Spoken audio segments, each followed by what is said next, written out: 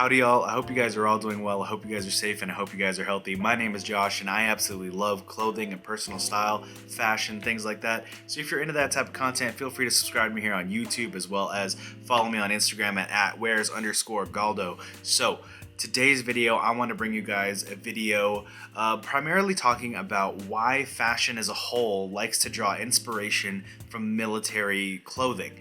And that's not just the US military, but military around the world. So let's get right into it. Bomber jacket, combat boots, even life preservers are all items that are directly inspired by military use, yet are so relevant in fashion that they kind of stand the test of time. Every single company in the world has made a MA1 or bomber jacket.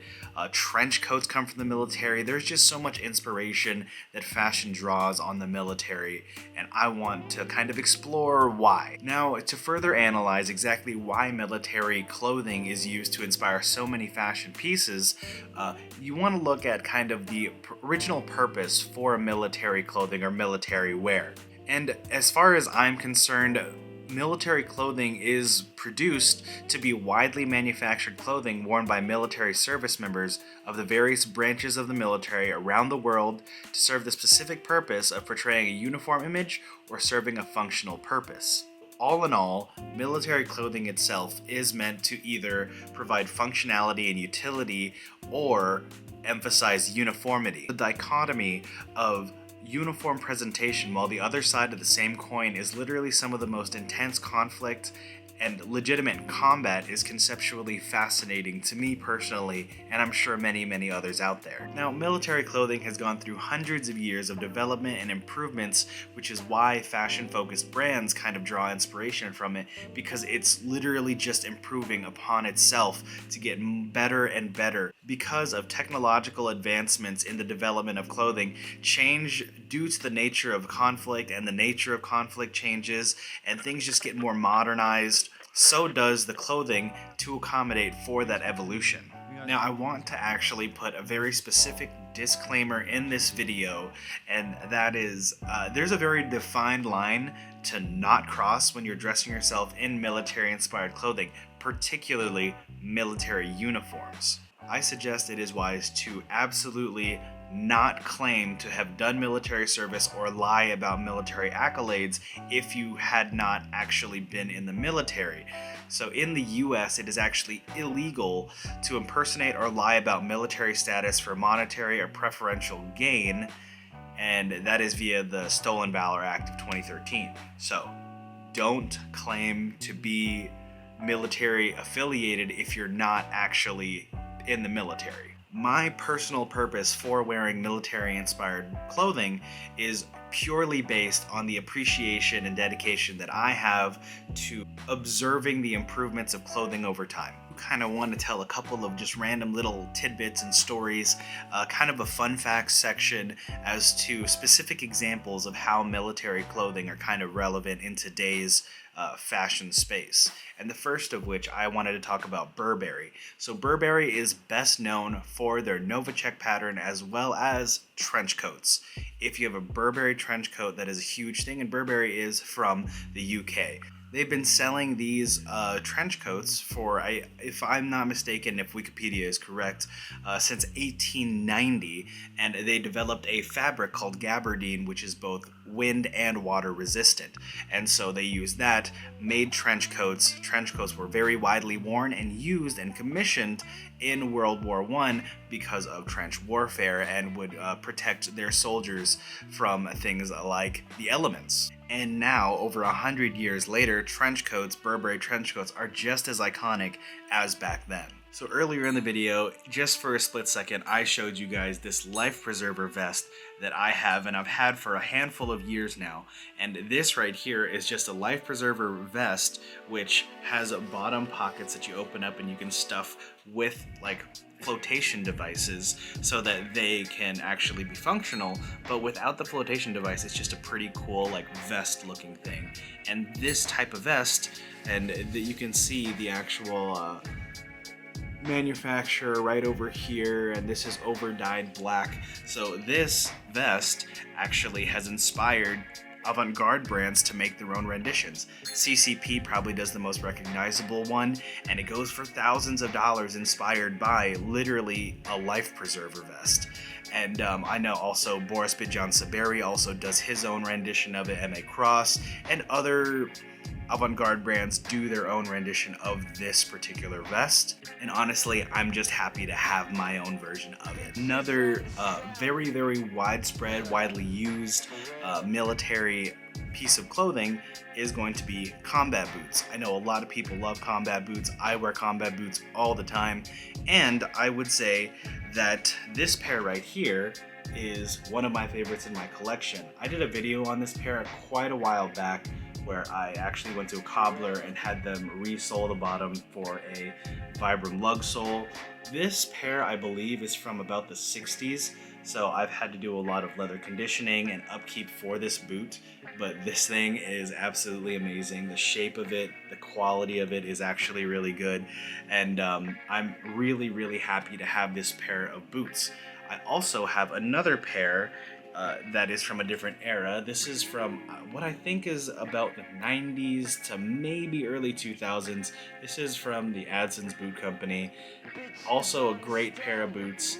Shape of it and silhouette is perfect. Doesn't have a Vibram sole, but I thrifted this pair, and I got this pair off of eBay if I'm not mistaken. Vintage military boots are seriously such a staple for me personally, and a lot of inspiration has been drawn from any high-end company that makes boots. More often than not, they'll draw inspiration from a classic combat boot. But you don't have to pay high-end prices to get a good combat boot. Honestly, you could just go onto eBay or a secondhand site and get vintage combat boots for less than like $100. Another little tidbit or fun fact is that the military was a really early adopter in using nylon in its garments. Nylon was originally made by the company DuPont in 1938, and then I think it was about 1942 where they actually started to apply nylon to their garments. And speaking of, I want to show you guys some jackets.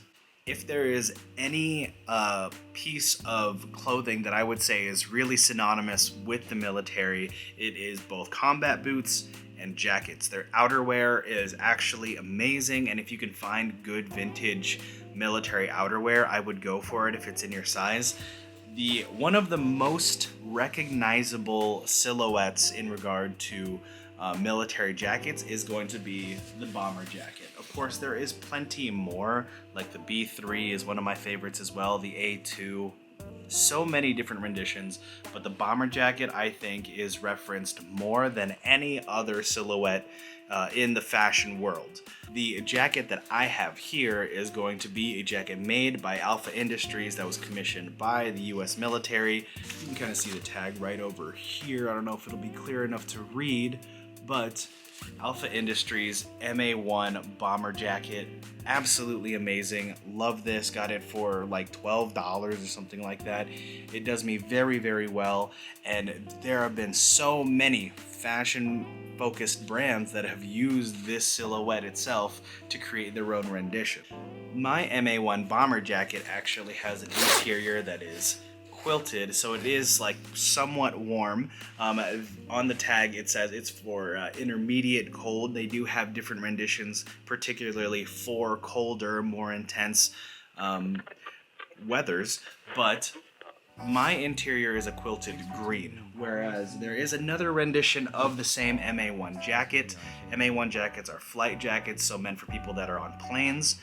The interior is going to be orange, a very, very bright, vibrant orange, which most people would be like, oh, if you're in the military, you're trying to blend in, you're trying to be uniform, why would it be orange? Well, if you are separated from your crew, say a crash happens, something happens to where you're basically lost, you can flip that jacket inside out. It is reversible, and it could keep you warm while also showing off a very bright, vibrant orange, which will make it easier for people to spot you and rescue you if need be. And there is one more little tidbit that I think is such a cool story that I would love to actually own one of these one day, but there is a version of the MA1 flight jacket that is considered the blood chit jacket that actually has a piece of fabric that has an American flag and then multiple different phrases underneath it, like little paragraphs in different languages. Now, the purpose of that is if an individual were to be stranded or stuck in a foreign territory, then they can flip their jacket inside out. On their back is going to be a little essentially piece of fabric that says in hopefully the native tongue that they are an American soldier, and basically giving them a little paragraph of information identifying the soldier so that they're not completely out of luck if they don't speak that foreign country's language, which I thought is absolutely amazing. Such a cool piece of history right there, and I would love to own that piece one day. And not only do I love vintage American military clothing, but military clothing from other countries also fascinates me. So this right here is going to be a leather jacket from the German military. So German military submarine jacket.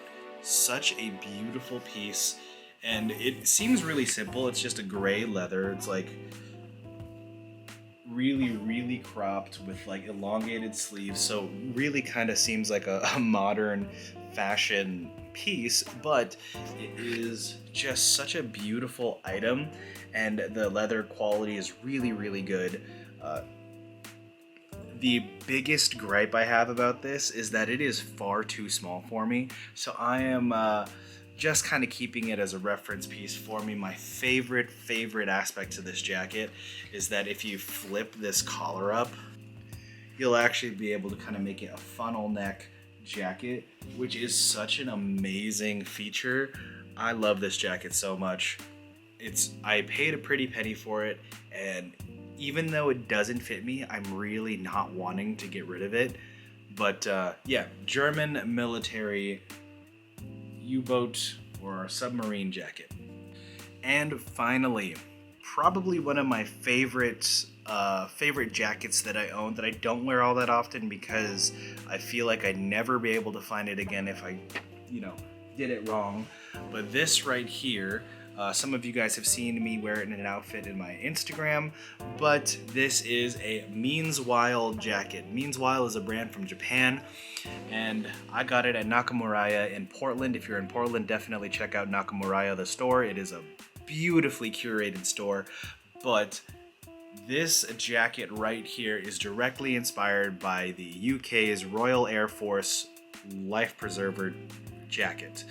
Apparently I love life preservers, but this thing is so beautiful. It doesn't actually retain a lot of the functionality of the original, but this portion right here, this life preserver portion, is actually zippered and will undo to create a hood. And my god, this is such a beautiful piece. This is like one of my, I think top 3 pieces in my collection. That about wraps up the things that I wanted to show you guys, the different pieces of clothing that I own and the different stories for military-inspired clothing. So let me know what you guys think. Are you a fan of military-inspired clothing or not? Do you prefer the vintage or the remakes of modern fashion houses? But yeah, thank you guys so much for watching. I really appreciate you guys. And until next video, I'll catch you guys later.